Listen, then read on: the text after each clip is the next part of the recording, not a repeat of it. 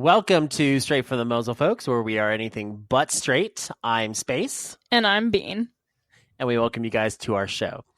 Today, we pretty much are pulling a lazy day, as anyone would, in the middle of the week. Look, the holidays just ended. Let me live my life. Well, and the thing, too, is, like, come our launch time, like, we're supposed to have all of our stuff and all of our crap together, right? And I totally forget. It's year-end. And year-end, if you guys don't know, if you work in some sort of, like, tech company or some sort of, like, money kind of, like, area, I work in accounting. So right now, we're dealing with people trying to print off their W-2s, W-3s, their stupid vendor taxes. Oh, this isn't working, all this stuff. And it's just every day is just piling on more and more and more and more. And so today, I literally just stood at the computer and Tara had to come over and she's like, and I'm like, I need help with this case, but I legit can't like think. And she's like, hold on, here, get out. And so I'm like, okay, do you want to drive? And she's like, yeah. So she gets in we call it driving. When you drive, it means you're in the cockpit basically. Yeah. So she gets in and she just starts typing and she's like, oh, I'm doing this and this and this and this. And she's like, why are you so off today? And I'm like, probably because I didn't eat lunch.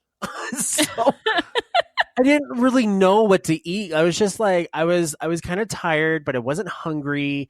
I'm in the middle of starting up my, like, I guess you could say my lifestyle, like, change again to kind of fiber bar. Well, that's the thing. I had Luna bars in my drawer, but I totally forgot about them. Oh no. So it's like towards the end of the day, I kind of got like delirious. So I was just, food space. Yeah, I do need to eat food. But I want to get rid of my belly. No.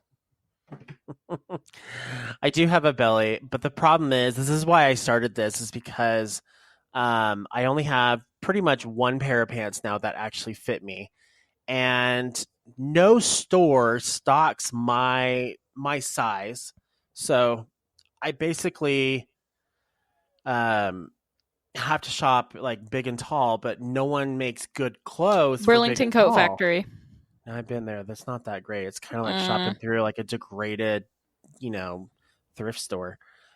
So like that's the problem. So it's like I go out to go get clothes, but I can't fit into those clothes. And so I get depressed and I don't want to go shopping. So finally I'm just like, you need to lose weight again. That straight up happens to me a lot. So that's where I'm on. I'm on this journey now to get back down to my weight. I was at 290. I'm at 330 right now. That's why it's because I work at a desk job now, and you're not moving around as much. Yeah, and it's my fault for breaking habit. So whatever. You'll get through. It'll be fine. It's life, it just happens. But it's been I kind of like the program I'm on. It's quite nice, but. Yeah. So basically we're pulling a lazy today. Yeah. Sneepy day. And we tried a topic was it last week? Yeah, it was last week. We tried recording last week, and we were trying to use a brand new microphone set, a really nice one, like the one you see in stock photos on Google when you type in microphone. Like, it looks great, but we were having so much trouble connecting it with our software that we were just like, fuck it, we're not recording this show. We'll try again next week. So we're trying again. this time we're just like, let's just do like, I'm just like, let's do furry terms because those are fun. And there's a boatload of them out there. There's always a new one. Like every single furry YouTuber has a video that's like furry lingo. Guess what? We're hopping on that train. Sorry, y'all. Yeah, why not? If we might as well ride it because I mean, it's a hot ticket. Choo choo. Choo choo. Okay. So, Bean here has set up the magical wheel. And if you guys have ever watched our Skype furry shows in the past, you notice that we have this wheel up and we spin it and then it has a topic. Same concept, except you can't see it. So just imagine it's there. There you go. It's for us, not for you. Exactly. So she'll spin the wheel and then we'll talk about the term and then we have to use the term in a sentence somehow. So we have got some good ones in there. So there's a few that I've never heard of. And there's a few that you haven't heard of either. So yeah, we got a good mix. Some of these I don't know how to use in a sentence. Well, that sucks for you. Oh God, I just spun the wheel. We got like a sexual one right from the get-go, so let's get into it. Sweet. Okay. All right. Our first term class is Mersuit. If you're in the furry fandom at this point, you don't know what a Mersuit is. You might be either a noob, you might be what do you call it? Not closed-minded. You definitely don't go on Twitter. You're naive. That's what you are. I like how Mersuits used to be so like controversial, like, oh, Mersuits, and now people are just like, yeah, they're pretty hot. Like, I feel like that train has crashed of people just bashing them. I always feel like Mersuits are almost like outdated, like the term is, because I don't really think of it. I just seem like, oh, there's a zipper down there. Wow. So, hello. Why don't you explain? Well, you kind of just said it was a fuck suit, but well, yeah, I mean, yeah, what it is. Yeah, a Mersuit is just a fursuit that it can be used for sex, basically. And typically it's well, there's controversy on it because some fursuiters who do have that. We'll go over the term because that term's also in the wheel as well, so I don't want to say it. They have a zipper. They have a zipper, but they'll actually wear underwear over it. And so that was its own thing, wearing underwear. But now wearing underwear over your Mersuit has become like a thing. So it's hard to tell. Is that person it's not even with just Mersuits. People have been wearing underwear just over their normal fursuits because it's just the hip cool thing. I think it's trashy as hell. Like, y'all do you, but you look trashy as fuck. Like, what did you put a sock in there? Because we all know that's not your dick. You obviously have some kind of like sock balled up in these neon green underwear and you look trashy as heck. Sock. You do you, but we should do funny, furry, controversial like things. Like, not controversial, but like just stupid crap that people do with their fursuits or in the fandom in general. So many things. Oh, yeah, we can get some people to email us some ideas for that one. So, in a sentence, Furry I will say, peeves. I mean, that's an easy one. I wish I had a Mersuit, but I don't. There you go. One day, maybe. One day, yeah. Partials are technically, you could use a partial. I mean, yeah, partials can be whatever the fuck they want to be. Hell yeah. All right, I'm spinning the wheel again. Let's see here. Oh, well, it landed on partial. That's so ironic. Yeah. Because if you're not a furry and you hear somebody like, oh, he got a partial, it's like, a partial of what? What do you mean? What did he get a piece of? Yeah. That's true though. A partial, that's an easy one. So yeah, that's easy. In the fursuiting community, you have different types of fursuits.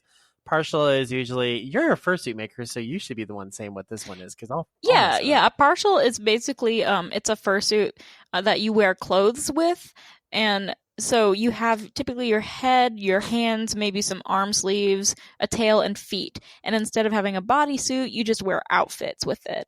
So if you overheat easily, then partials might be for you. If you just can't afford a full suit because obviously they cost more, that's just basically what a partial is. Speaking of that, I still need to. Do I need to send you a duct tape mummy or just like certain things? Duct tape mummy? I don't know what that is. Is that what they call them? It's called a duct tape dummy. Oh. Same thing. No, it's not. Yes, they are.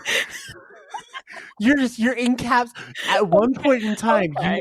you are inside of this piece of plastic that's called duct tape. You know what? Okay, I'll take it. I like that better anyways. It's a duct tape mummy.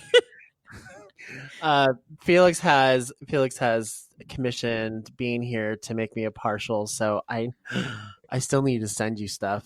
Yeah, I think you just need to send me shoes. Oh, and then like a tracing of your hands. Maybe some arm measurements. Yeah, your measurements too. Actually, I might have those. I don't know. I'll have to see. So that's what a partial is. Yes. All right. What's our next term? Let's see what the Wheel of Fortune tells us. I'm impartial about partial fursuits. Shut up. There you go. That was my that was my sentence. All right. Our next term is Milfurs. Which sounds, this sounds like it. This sounds like one thing, but it's not. It's definitely not sexy mom furries. Yeah. When I looked at it, I'm like, Milfurs? What the hell? And then I looked at it and I'm like, oh, okay, this makes more sense. But the thing is it's the way that it's used. So Milfurs is capitalized for the first three letters, MIL, and then you have first, also known as military furs or military furries. Yeah. So those are that's pretty self-explanatory. There's a lot of military members that are in the furry fandom. So yeah, there is a lot of military furries out there. And I think we talked about this in a past episode about why. Yeah. But it's just like a term, but I thought it was funny. I was looking at it and I'm like, Milfurs. Milfurs. It's like the complete opposite of a MILF. Instead of sexy moms, you have like the military. Oh, I don't think that's exactly yin and yang, but it's definitely an opposite of something. They come in all shapes and sizes. Oh, jeez. I won't make any I won't make military jokes. No, I avoid that one. Yep. Not today.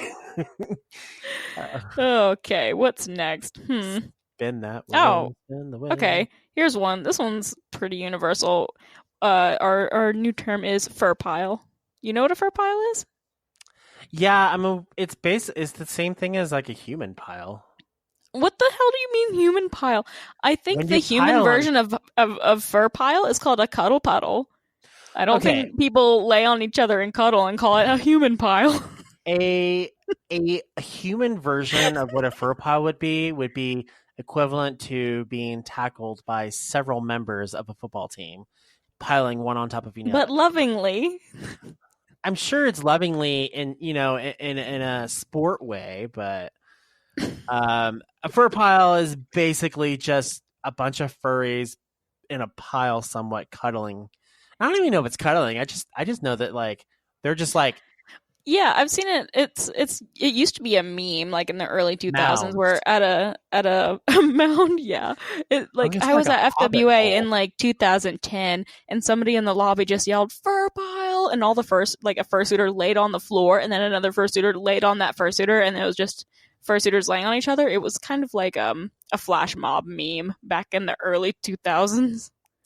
But I don't hear about it as often anymore, and I wonder if not anymore. It's probably because fursuits have more details on them now than they did in the early 2000s. Like, laying on each other might be a little hot and like sweaty and uncomfortable. Well, then you got people who are like, "Oh, you touched me. Oh, you did this," and then it's like this giant fiasco. It's just people are too sensitive, and I think that's another reason why they don't do it anymore. Furpiles are just dangerous in general, especially for whoever starts it, because you're at the very bottom. Yeah, imagine if there was a bunch of you're gonna suffocate. You're screwed. Gosh. Rest in peace. Get well soon. Yeah, for real. There you go. There's a new term I just made up. It's actually not a new term. I've used it many times. Spin that wheel. Oh, I did. This is a term you don't know. It is burned fur. Burned or burn fur? Burned, like, ouch, burn, like, burn, like fire. I don't know. If I had to take a guess, and I'm not looking up any terms, I'm only looking up the ones that I suggested. Mm-hmm. If I had to assume what a burned fur was, I would say it's someone who's got basically burned from their friends. Kind of shunned or just destroyed. Is that what that is? That's a good guess, but no, I don't even think you could have guessed. This was a big thing. I was young when this was going on, like young as in I was probably in elementary school. They burned their or even preschool. This was in the 90s. Burn furs was a movement that happened because in the 90s, like furry world, that's when the community started to kind of grow and define itself, and burn furs was a part of that community that was not liking how people were exploring their sexuality through the furry fandom. So they were homophobic a lot of the times. They didn't want gay people in the fandom. they thought conventions were just getting way too sexual and people were drinking. So they're basically like the Puritans of furries. And they were usually very intolerant. And it's not a thing anymore. They dissipated a while ago, thank goodness. But that's basically what burned furs were in the past. That's as bad as like when regular people just say that they're homophobic. It's like, who do you think designs your clothes, by the way? Because everything that you do in your world most likely has been touched, inspired, or created by a gay person. Just want to let you know. The computer was invented by a gay man. So homophobes snatching your laptops away. Bye-bye.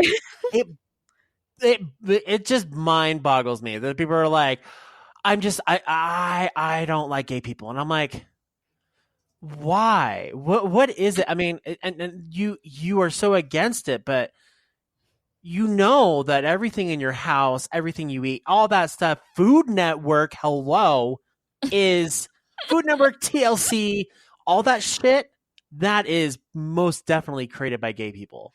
But you're not going to tolerate it. Is I have seen like suburban white mom kind of ladies love watching Queer Eye, but then they're homophobic, and I'm like, I'm just gonna take away this from you real quick. I'm taking away your Netflix account. I'm shutting this down because that doesn't make any sense, honey. No, it really doesn't. It just what I think, I know we're getting off topic, but that's the best part about these shows is side tangents. I think that people aren't necessarily homophobic. I think what it is it's because it all boils down to how you were raised, and then of course the culture around you. So depending on where you're at, I don't think it's necessarily the person is homophobic. I think it's more or less peer pressure. As I think it starts with peer pressure and then it evolves into homophobia. But and I don't think it's meant to be. It's not like the person wanted to be homophobic. It's just maybe it's something that, like you said, peer pressure that evolved into something else. And unfortunately now that's the way this person feels. There's ways to get around it. There's ways to kind of break that barrier back down, but it just depends on the person, I suppose. So yeah. Anyways, next wheel or next spin. Our next spin is hold on, it's going. Oh, okay, here it goes. Our next one is digigrade. A lot of people spell this wrong. When I say it, I say digigrade, but technically the correct way to spell it is digitigrade. But most people spell it digigrade. I say digitigrade, so I say it together. I used to not say it. I used to say digigrade, but then someone's like, it's digitigrade. And I'm like, oh, okay. Mm-hmm. So then I started saying it that way. I still type it out as digigrade because that's how everybody spells it out. And I feel like if I spell it correctly, people will be like, that's incorrect. I'm like, but it's not. This one's, it's interesting because it doesn't... I get where it's going, but I don't get where the actual wording comes from. Why not call it something else? It's an actual scientific term. So digitigrade is basically the animalistic shape of legs. So you know how human legs, they go straight down. You have the three joints, like one at your hip, one at your knee, and then your ankle, all that. And in an animal's leg, those joints are repositioned in different spots to make it bend differently, to make the animal be able to walk or run faster, especially when it's on all fours. And in the furry fandom, digitigrade can apply to fursuits or artwork, but it's basically a character or a costume that has that more animalistic shape in the legs instead of the more humanistic version, which is called plantigrade. Plantigrade sounds like plant food. Plant food? Plantigrade. I guess the way I think about it with plantigrade is that your feet are planted flat on the ground. You get like a fursuiter that has like bought, furry slippers, and then you sprinkle plantigrade on them and a fursuiter grows over them. Oh my gosh. Yeah, it does sound like a turbo boost for a fursuiter. Chia. That's basically what it is. I'm going to make a chia pet fursuit. Dude, that would be so awesome. It would be so cool. And it's edible too. There you go. So It's good for the environment. The You're banned. God, no. Okay, keep going. I am. Okay, so our next term is scaly. Oh, that's an easy one. Yeah, that's easy. Because exactly the term furry is like you think of a fursona or like a furry animal. Scaly is just kind of like a subculture within the furry fandom with scaled animals, I guess. Dinosaurs or or dragons and whatever. Yeah. Some people still refer to them as furries, but depending on the person, they might. It's kind of a rectangle square situation. A scaly is a furry, but a furry isn't a scaly. Yeah, exactly. But some people will. There are going to be those people that'll be like, "No, it is a furry," and it's like, well, okay, whatever. Agree to disagree. Moving on. Okay. There's not Next much to say term is gentle furs. I don't know what this. This was isn't my that term. just the pun? Yeah, this is the pun. So this one's interesting. There are so many puns that exist. We didn't put many on here because they're just self-explanatory, but this one I was confused about at first. This one, unless you are looking at the definition, which I'll read out here, it's you'll get the concept as soon as I end the phrase. So basically, gentle furs is a gender-neutral fur speech term that encompasses definitions of two common English words known as ladies and gentlemen. Yes. And then you put the two together and you get gentle furs. So this would be more or less used in like on stage or at a furry convention. I have heard it on like dance competitions and stuff before, now that I think about it. So yeah. But it's kind of like both of them together, which is a little weird because, gentleman is more of a man thing. And then I don't know what you would call it for ladies. I don't know. That sounds kind of nice. For ladies. For ladies and gentle furs. See, that could be done. I'm going to make it. Do it. I will. Okay, the next one is spandex fur. What was that laugh? I'm sorry. It's just fun. I saw this one on... so I'm using Wikifur, and this is fur speech terms. And so this one came up, and I'm like, what is this? And so, I know what it is. I know you know what it is, but I looked at it, and I'm like, it can't be worse than bikini bikers. So... Yeah. I have a story that goes along with this definition. Go for it. So, well, first define it. Oh, okay. Sorry. Yeah. So it's pretty self-explanatory, but it's a term applied to furry fans who are fans of spandex. So we're looking at like a culture, like a subculture of like fetishism. Yeah, like I've even seen like spandex fursuits, which are kind of impressive. Like spandex and latex, I'm kind of throwing into the same boat here, by the way. But so the story I have was at FWA one year. I don't remember the year it was, maybe 2012 or 13. So we were going into the elevator, and it was like maybe 11 o'clock at night. And it was just me and like I think two other friends. And we walk into an elevator, and we're the only ones in the elevator. And it stops at a floor on our way down to the convention floor. And this dude walks in, head to toe, covered in spandex, like a black like fetish suit that is completely spandex. And he walks in, and he has like a mask on and everything. And he walks in, and it's just quiet. And he kind of, he walks in, and he leans against the wall, and he like has his hands kind of held together, like sitting properly, like leaning against the wall. Right. And we just kind of. We stood there. It was really quiet as the elevator continued, with the do do do do do elevator music, and it was just. And then finally, my friend like kind of turned to the guy and was like, "Must be hot in there, huh?" And the other dude was like, "I'm sweating so much." Oh my god! Like, that was the person that came out of this dude's mouth, and I can't even see his like face. Like, is it like sweating so much? Is it like one of those kind of like like Halloween costume spandex suits that people wear and they kind of do? No, it was a fetish suit. It was like legit. Oh, wow. Okay. It might have been latex. It was legit. He might have been on his way to like an after dark panel or something. It was late, so no judgment. When it's late at a convention, I think whatever, do you? But it was just kind of like the awkward moment of being alone in the elevator with the black sheep. Like, I would have said something. Probably been like, "Oh my god, that thing is beautiful." Just straight up. You look like a shiny leech. I'm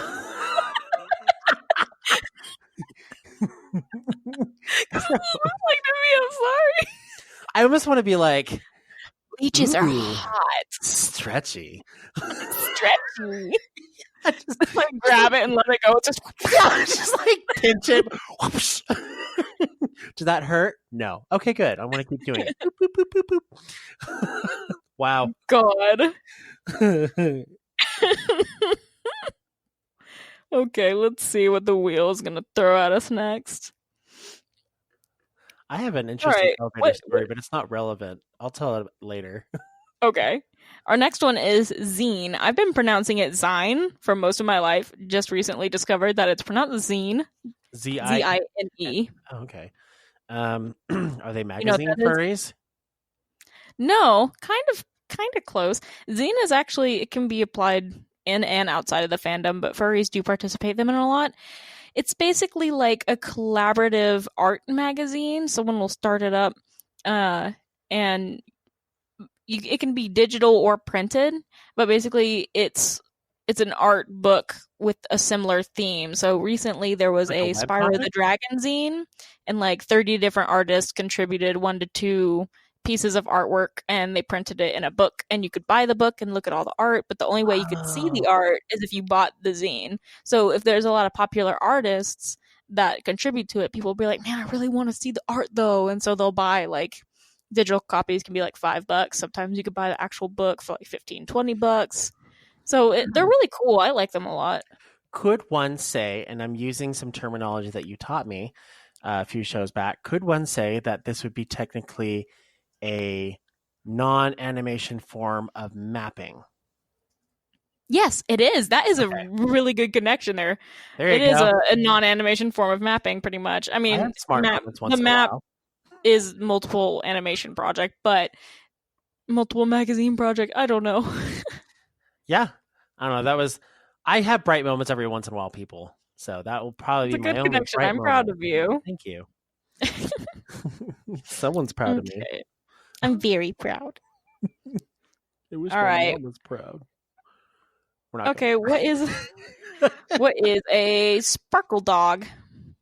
Ooh, we went over this in Fursona's episode. We did, yeah. Yeah. It's basically exactly what it sounds like. But okay, for me, like a sparkle dog, if I see it, I'd assume it's a fursuit that has a bunch of that glitter stuff that's sewn into the fursuit. That's what I think. Yeah, like sparkle fur, because that's a thing that exists. It has like tinsel in it. Tinsel furs. That's what they should be called. Go ahead and take it away, because I know I'm wrong. A sparkle dog? Yeah. Well, yeah, a sparkle dog is basically a character that is like blindingly colorful and complicated. They were really popular in the early 2000s, especially with younger people making fursonas, because they wanted to be edgy, you know? So, but some people still have them today. I know Elk Dragon is an artist that actually draws really cool looking sparkle dogs that have like a crap ton of colors and markings and whatnot. You don't see them a lot as fursuits because they would be very expensive and nearly impossible to make, but you do see them a lot in like older fursonas, like from early 2000s is where I keep going back to, because that's where I always saw them.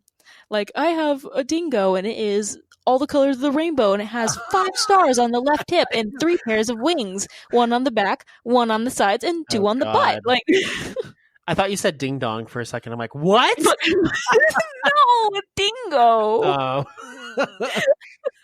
Oh my god. So would toxic furs or neon furs kind of fit into this category?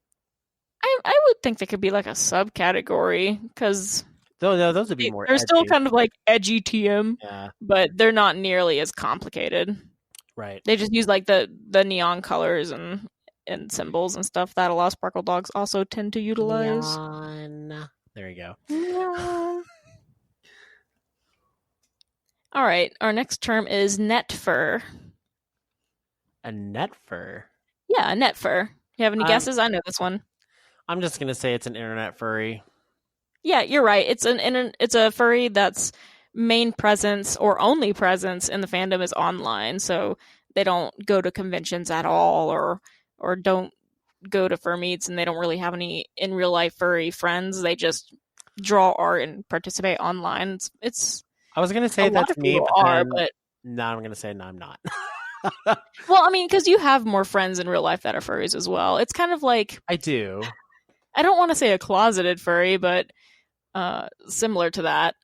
Maybe they're like one of those, like, okay, if you guys ever gone to like a convention, and I say guys, like all of you people that are listening, yes. You go to like to a fur meet or a convention, you see that person that's just drawing, but they haven't categorized themselves as a fursona or anything. They just like drawing furry art.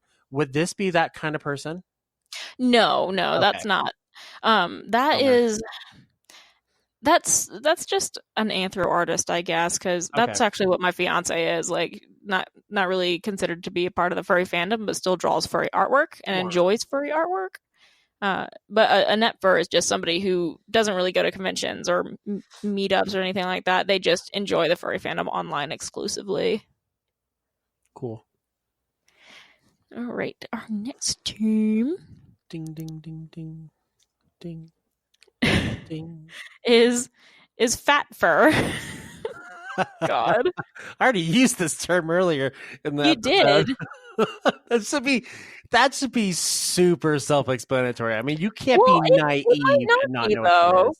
It might not be. It's a fat furry. No, it's not. That's incorrect. No, I mean, well, because there's. Wait, are you talking PHAT or FAT? FAT. Because your version of it is also probably one side of it, but another side of it too is it can be referring to others that are pleasantly plump, such as myself, or those who are into fat people. Okay, so, well, yeah, I guess the thing with the term fat fur is it tends to be people who enjoy drawing, like, not even just realistic plus size characters, but unrealistic, like, that kind of thing. Like, bam, I swallowed an entire beach and now my head is the size of a penny. Like inflation? No, inflation is air.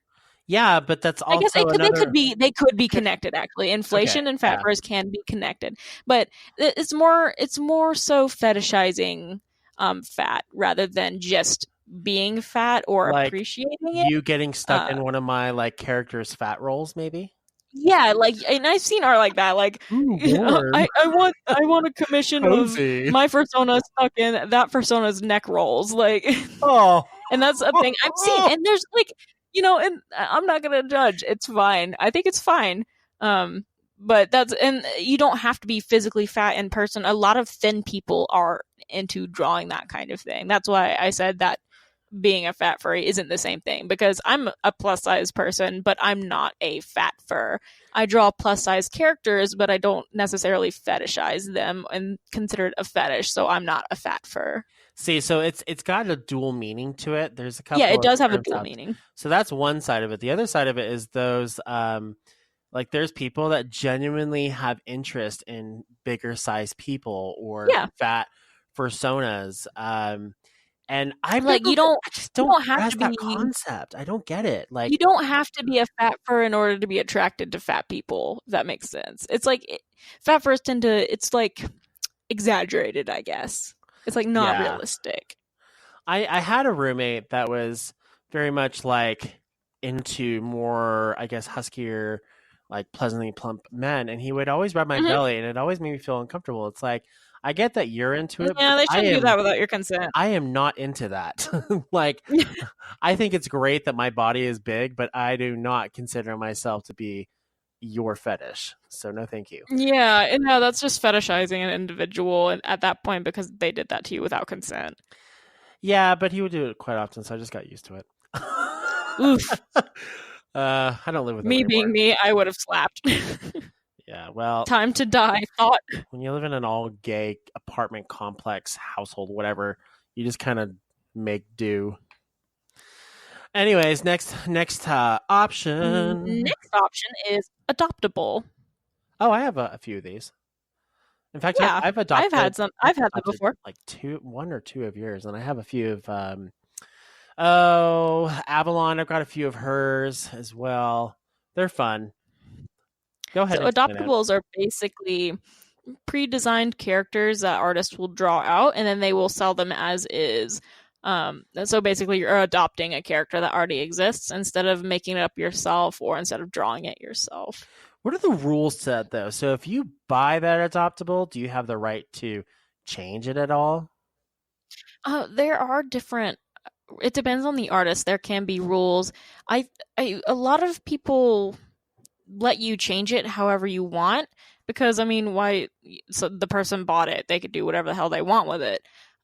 Some people will have specific rules saying if you buy my adoptable, you cannot resell it for more than you bought it for, and I can understand that because then if you buy somebody's adoptables and then sell them for double the price, then you're taking advantage of that artist. You're a whore if you do that. Yeah, like don't be like that. But that's the main rule I can think of with that kind of thing. And just don't resell it for more than you bought it for is the only thing I can think of. My favorite adoptable is the jelly dog. You like the jelly dog I made? My God, it's so adorable. But like, one of my other friends bought the isopod dog I made. Aw, cute. Like Bean has this cute, like just this. You draw characters bigger, and I like that. And so, and you make like the edges, like paws and stuff, more round. I've noticed that's kind of like. I don't know. I like circles. Yeah, you like so you like circles. So like the jelly dog was just like I looked at it and I'm like, oh my God, I just want to grab you and like just squish you like a jelly ball. That would be so much fun. But it was so adorable. Goodness. How could I not? I don't even remember what he looks like. I don't think I have those pictures saved. It's probably on Furmedia's old chat. I probably could go find it. Yeah, it might be. Somewhere. I might have the file somewhere. This is Felix's Telegram. It's not going to be good. Oh no, it would because he would have it. Next one. I want to go find mine. The next one is one of the polar opposites. Well, I wouldn't say opposite actually. They go hand in hand more so. Muscle fur. Oh, that one's pretty easy. It's the same as fat fur, but with muscles. Yeah, pretty much. Yeah, so like again, it's not like appreciating fit people or muscular people. It's like this person has 28 abs and I'm gonna kiss each and every one of them. That's a muscle fur right there. Yeah. Or else sometimes I'll log into Fur Affinity and I'll see like why is Garfield the cat wearing a wrestling suit and has like 48 biceps? What's happening here? Wow. Okay. Somebody draw that, please. No. I'll adopt it. No. Next. Okay. What is feral? Oh, that's simple. That's okay. Yeah. So you have two major types of fursonas or fursuits. You have toony, which is more obviously just more lively and not as like super realistic, and then you have more feral, which is more closer to the actual being itself. So if you have like a wolf's fursuit, it'll look like a wolf's fursuit. Kind of looks like it's really, I like it. They're kind of neat. It's a niche interest. I wouldn't say it's something that's highly sought at. It's just some people like it, some people don't. Yeah, you basically just have a character that's still animal shaped, pretty much 4 legs kind of deal. Our next term is a furretin. A furretin. So I would assume it's going to be something very similar to what we talked about earlier. It's a Puritan fur. Yeah. Okay. Yeah, basically, it's a person that kind of doesn't enjoy or completely rejects any kind of sexual content or even slightly not safe for work content, whether it be like artistic nudes or full-on pornography. Just a very vanilla individual. Vanilla. Vanilla. Our next term is duct tape dummy, or as you liked to call it, a duct tape mummy. I think mine sounds better. Okay, what's a duct tape mummy?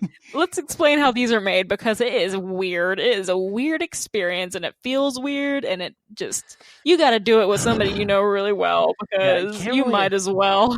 So you basically are using two materials. You're using saran wrap and duct tape.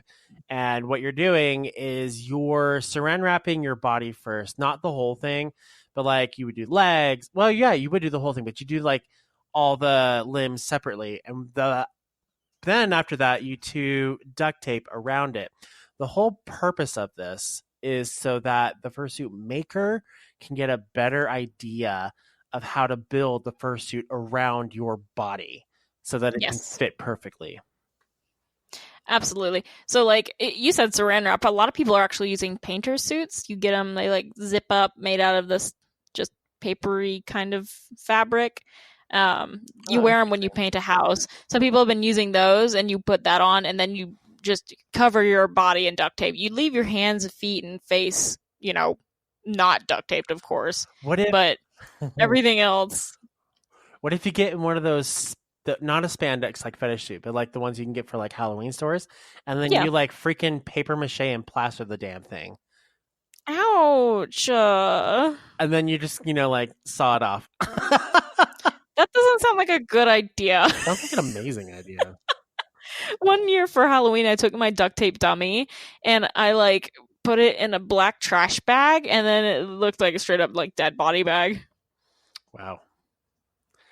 It was a good Halloween decoration, I'll tell you that. Yeah. Moving on. Okay. Our next term is... How many do we have left? Not that many. Oh, good. Oh, good. Well, I'm sorry. I'm more thinking like time-wise. We actually only have one more left. No, you lied. Just spin them. No, wait. Let me think. Hold on. It just keeps spinning on the ones we've already talked about. No, we have a few left. What's Furodica? Okay. So it's both a game and a term. It's a game? You've never played it? No.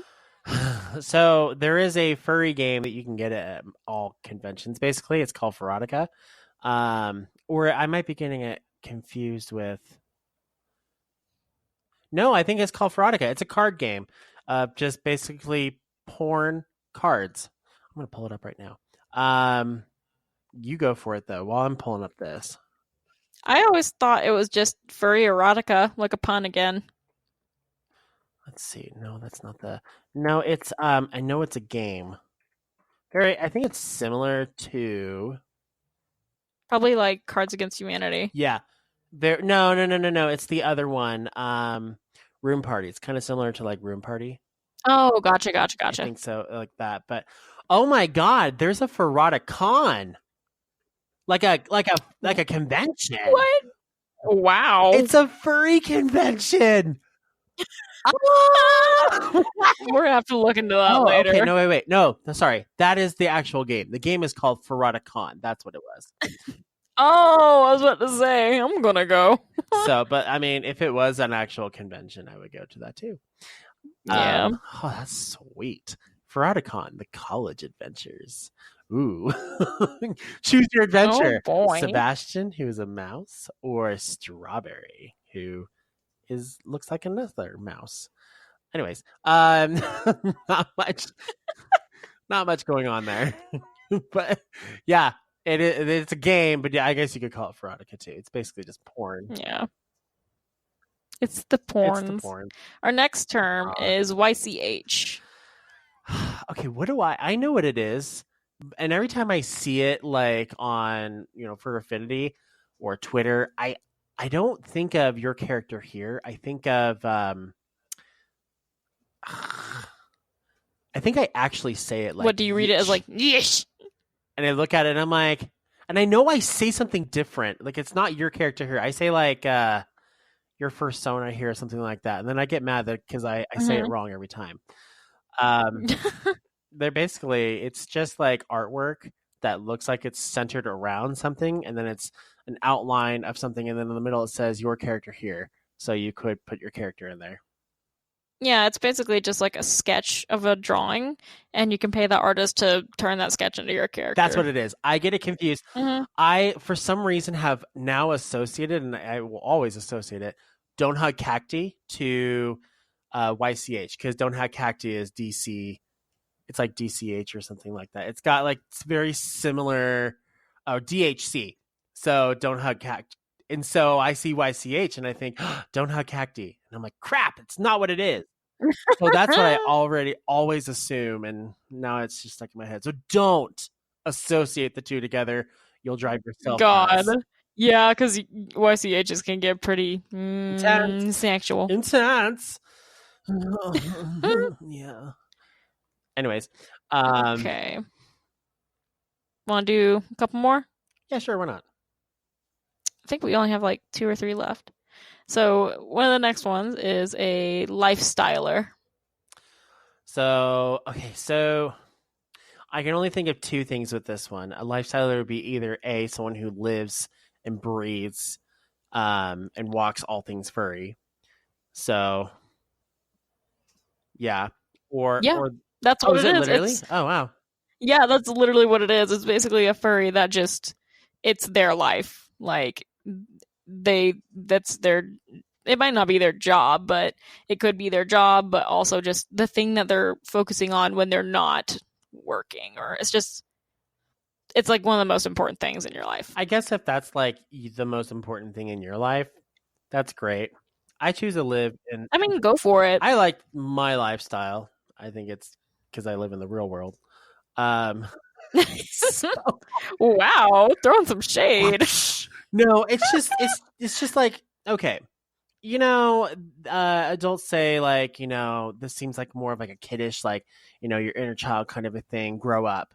So I kind of associate the same thing. To live a lifestyle of just being furry, like just of that matter right there, kind of shows, like, to me, it displays your lack of wanting to expand further or to maybe actually grow up. And I'm not saying like grow up, like, leave the fandom, just like kind of be a little bit more mature. That's like that's part of my view. It's not what I always think, but it's just, I can see it that. It depends on the person, really. If I meet the person, yeah, it does. It depends on how the person takes it. Like, you can still make it kind of a lifestyle, but it's not like an obsession, I guess. Like, I guess you could say, okay, Telephone could be considered a lifestyle furry. It's not her whole world, but she does make fursuits. She does art. She's pretty much a public eye of the fandom. Well, I don't know. I think that's just something you have to ask the person individually, because we wouldn't know that unless she told us. True. Though, because she has other things she does outside of the fandom. Yeah, that's a good point. So she's probably not then. She's just a public figure. There you go. Speaking of, some very popular fur moved back into Utah, and I'm so excited because they're super close. Who is it? Tear. Oh, I love Tear. Tear, she lives up in... Tear is fucking hilarious. She lives in Heber. But they had I think they had like a summer home up there, and then she would come back like a couple of times throughout the year, but she actually moved back. And I'm like, oh my God, girl, we got to hang out. We got to go do things. Not with the Utah furries, just like us. So I've been wanting to get together. She's got some rad art too. Some of it's furry and some of it's not. She's a very diverse person. I love it. Mm-hmm. She's funny though. Definitely. Really hilarious. That girl. Love her. And our last term of the evening is Toon, which is, like, you'd think it'd be self-explanatory, but it's also kind of a subgenre of furry. Toon. So is it literally just like the other side? So you got feral, that's part of the yin, and you got Toon, that's part of the yang? So I don't know if I would consider it that. It's like, they represent... it's kind of just a pocket of people in the furry fandom that have that extremely toony style, that interest, and not toony as in like just anything that's not realistic. Toony like as in it looks like Looney Tunes kind of deal. That American styled funny animal art style. Because that's what those those kinds of animations were called in the 90s are called funny animal cartoons. So they embrace kind of that style, the Bugs Bunny style, the Disney style, that kind of There stuff. is actually, I can't recall the name, but I do follow them on Fur Affinity. They have a lot of things like that. In fact, I would say they're almost lifestyle wise, because he has like I want to say like the villain fox from Splash Mountain, that ride. Yeah, So we got that yeah. one. He's got Oh yeah, I know who you're the talking about. I know who you're the talking Marvin about. Martian guy. And then he Yeah. also has a fursuit that he likes to get wet or like throw paint on. I know who you're talking about. God, is that Greifer? Yeah, there you go. Greifer. Or Yeah. Grafer. The pie in the face suit. Yeah, I mean, it's a really cool suit, and he's got a lot of like fun things. And he's got a lot of different ones. Yeah. either he's retired or he's well off, but he's got lots of scenes where he actually stages. Like with his he has like old like old roadster, almost like cars. He's got little shacks everywhere. It's kind of cool. Yeah. It would actually be really cool to go visit this person just to see. Absolutely. I want to talk to them. Maybe we can get them on the show sometime. That would be fun. Yeah, we should look into that. Yeah. But I love that part of the fandom. It's so interesting to see, and it's very nostalgic to look at this kind of art, even if it isn't like from a show. It can be somebody's persona, and it sparks my nostalgia, and I'm like, I love this. I really do. And if you think about it too, like, so for us, that is considered toon. Now, as time and as life moves on, I'm sure like maybe when I'm like, I don't know, 60, things that were popular during our time period right now could be considered toon when later on in age. It just depends. Yeah, maybe. It just depends on the generation and how they see it. It does. Yeah, that's fascinating to think about. So that's kind of neat. It makes me, I think about that kind of shit all the time where I'm like, when your parents look back at their photos from high school, they're like, God, I can't believe I dressed like that. My hair was so big. I'm like, sometimes I'll be sitting there thinking about what I'm wearing right now. And I'm like, well, I find what I'm wearing right now embarrassing in 30 years. Like, okay. So it's funny you say that. So old people always have like this association of wearing like plain clothes and like these just plain shoes. They're usually like tan, gray, or white. Mm-hmm. But I look at that and I'm like, God, I will never wear stuff like that when I get old. But then there are times I'm sitting there and I'm like, you know what? It's probably just really comfortable. I wonder if and at that. Oh, see, I'm the opposite. Sometimes I'll be. Maybe I want to wear this. Sometimes I'll be at a store and I see something outlandish. Like one time I was at a Ross and like I saw this jacket that kind of looked like patchwork. It kind of looked like something an older elf would wear in Lord of the Rings. Something like that. And I'm like, I would wear the hell out of this if I was 70 years old right now. And I'm like, shit, I almost want to buy it right now and just save it for when I'm 70 because it would look way too old on me now, but I want to dress like a fucking gelfling when I'm 80. Hey, I'm going to be that lesbian old lady that looks like, I don't know. A lesbian? Ridiculous Miss Frizzles. Something like that. Yeah, well, I mean, in that retrospect, yeah, I would totally agree with you. But there's like things, just like plain clothes. I would probably never wear plain clothes. I don't like plain clothes. But then again, I could see myself doing that because it's comfortable. Yeah, when you're old, you're just like, I'm tired. Yeah, exactly. I'm just gonna put on some sweatpants. Oh God, like, okay, here's an interesting fact. When I first joined the fandom, I was very much what you could consider as a prep fur.